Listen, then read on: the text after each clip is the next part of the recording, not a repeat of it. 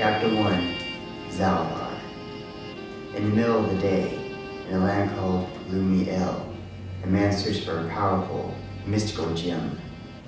This man was named Zaladar. He had searched for the gem for years, and had finally gotten a lead to where it was from a reliable source. This source told him that the gem was hidden in a burial ground in the land of Lumiel. As he traveled, he walked through a forest filled with magnificent trees known as Calacia trees. These trees were gargantuan, immeasurably tall, and their branches were covered with dark, lustrous green leaves. The sun shone down through the canopy and illuminated the stone path which he walked on. He navigated the forest for half an hour and arrived at his destination. The burial ground was big, with several tombs and crypts. It was guarded by tall, thick walls made out of black bricks. The entrance was protected by a large, ancient iron gate, which was locked by a long, thick chain. He placed his right hand on the chain and cast an unlocking spell. "Spirits, hear my plea.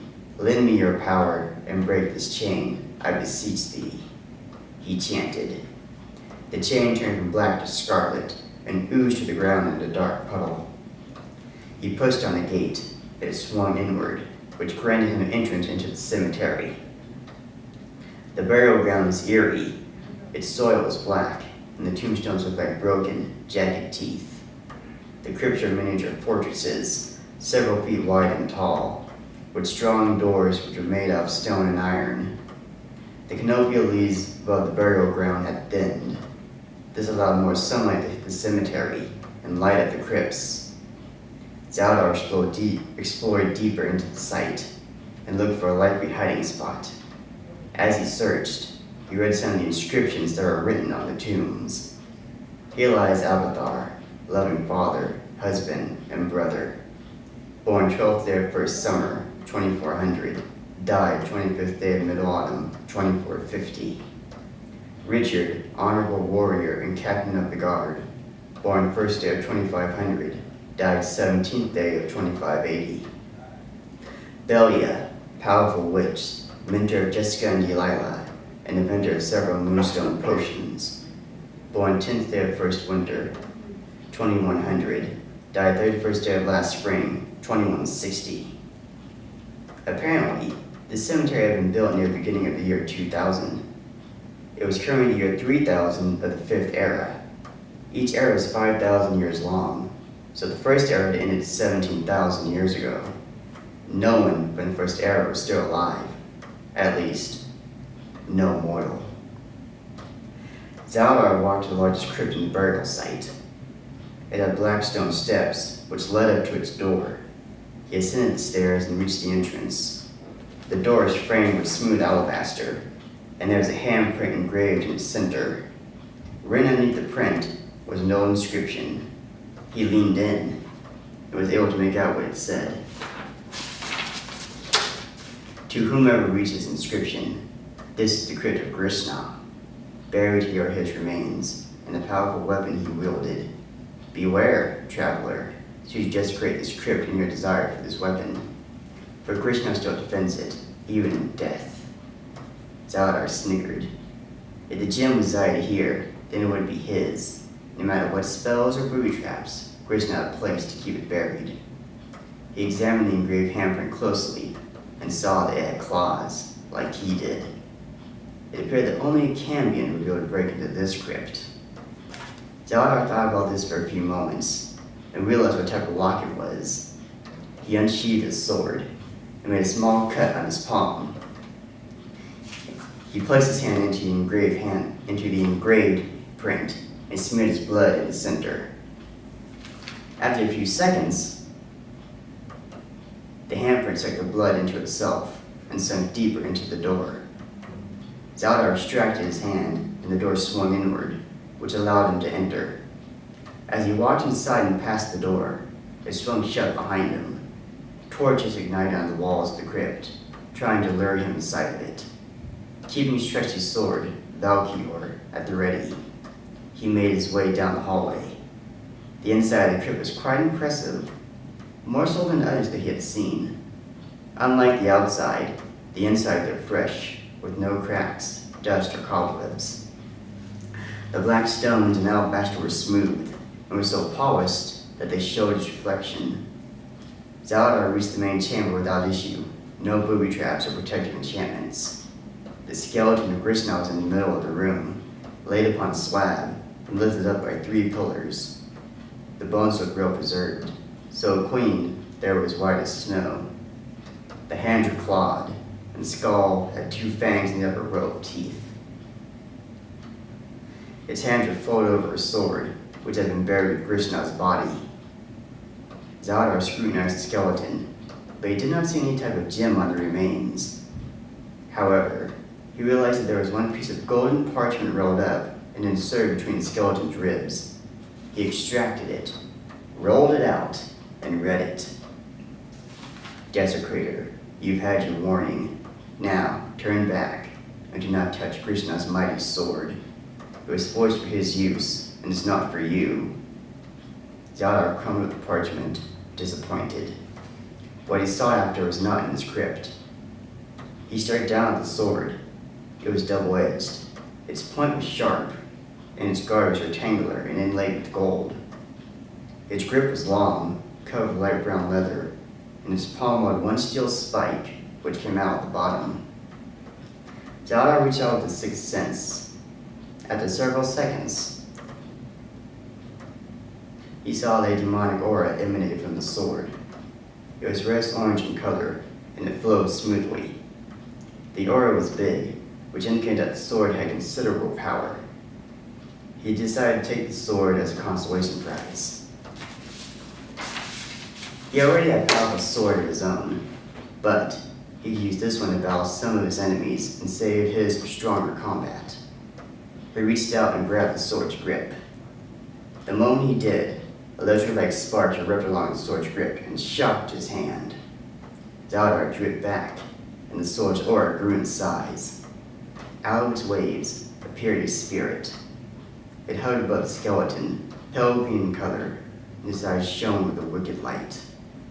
Foolish man, for desecrating my crypt and trying to steal my sword, you will pay the ultimate price, the spirit of Krishna stated. Its voice was horrendous. Zaladar smirked and looked at the apparition. After I banish you, I'm going to take your sword, he told the spirit. Krishna screeched and dove at him. Zaladar rolled to evade the attack. Krishna halted and turned around. He lifted his left hand and released a blast of ectoplasm, the energy of spirits, which surged towards the air towards Zaladar. Zaladar sliced the air in front of him with the sword's point, which created a barrier out of pure demonic energy. The ectoplasm hit the barrier, made its power dissipate, and it vanished. Krishna wailed. He lifted his arms and turned to a green orb. He flew around the chamber and entered his old sword. The sword's aura surged, and it detached itself from the skeleton's hands. It levitated into the air and spun, which slashed one of its edges towards Zaladar. The possessed sword was knocked away, and it spun towards the wall. It caught itself, repositioned, and aimed its point upwards. Zaladar concentrated to focus his sword's aura. This made flame around the blade, like bluish-white fire. As the possessed sword performed its next attack, he swung his sword above his head and brought it down. He aimed his point at the possessed sword and made its aura flame off of the blade from the point and engulfed the sword. This made its aura weaken, and it fell to the floor and stuck in the ground. Zaladar sheathed Valkyr and walked up to the fallen sword. As he thought, Krishna's spirit still possessed it. Its head flung above the sword's pommel. Curse you, Krishna wailed. Zaladar reached out with his right hand and grabbed the sword's grip. Krishna's spirit surged around his hand. Blessed spirit, obey my order and cross over the Netherworld's border, he chanted.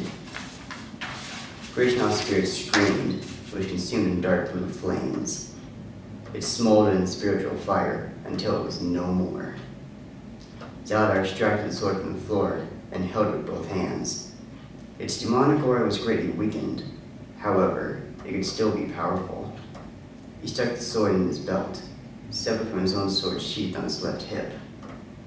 Zaladar's sword, like all demon swords, was made of a special alloy. This alloy is known as Hell Steel, and had demonic properties which create the demon sword. His sword is designed like a long sword, with a black blade, hand guards that extend out and down along the grip, and the grip is covered with black leather, and the pommel is shaped exactly like a human skull. He made his way out of the chamber and walked back down the hallway. The crypt's door opened up for him and he left the tomb. Since the sorcerer told him that the gem was supposed to be in the crypt and he did not find it there, he left the burial ground without searching any further.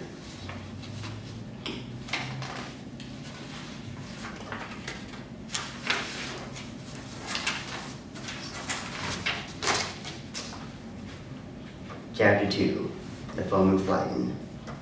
Zaladar traveled for 1 week and went across land and sea. He eventually arrived in the land of Tanyar, which is where his source of information resided. Tanyar was one of the most advanced lands on the earth. It had fields of flowers, trees, and one great river which ran through it. This gave the denizens plenty of drinkable water. Tanyar also had several villages, which had more than a few temples dedicated to the gods and goddesses.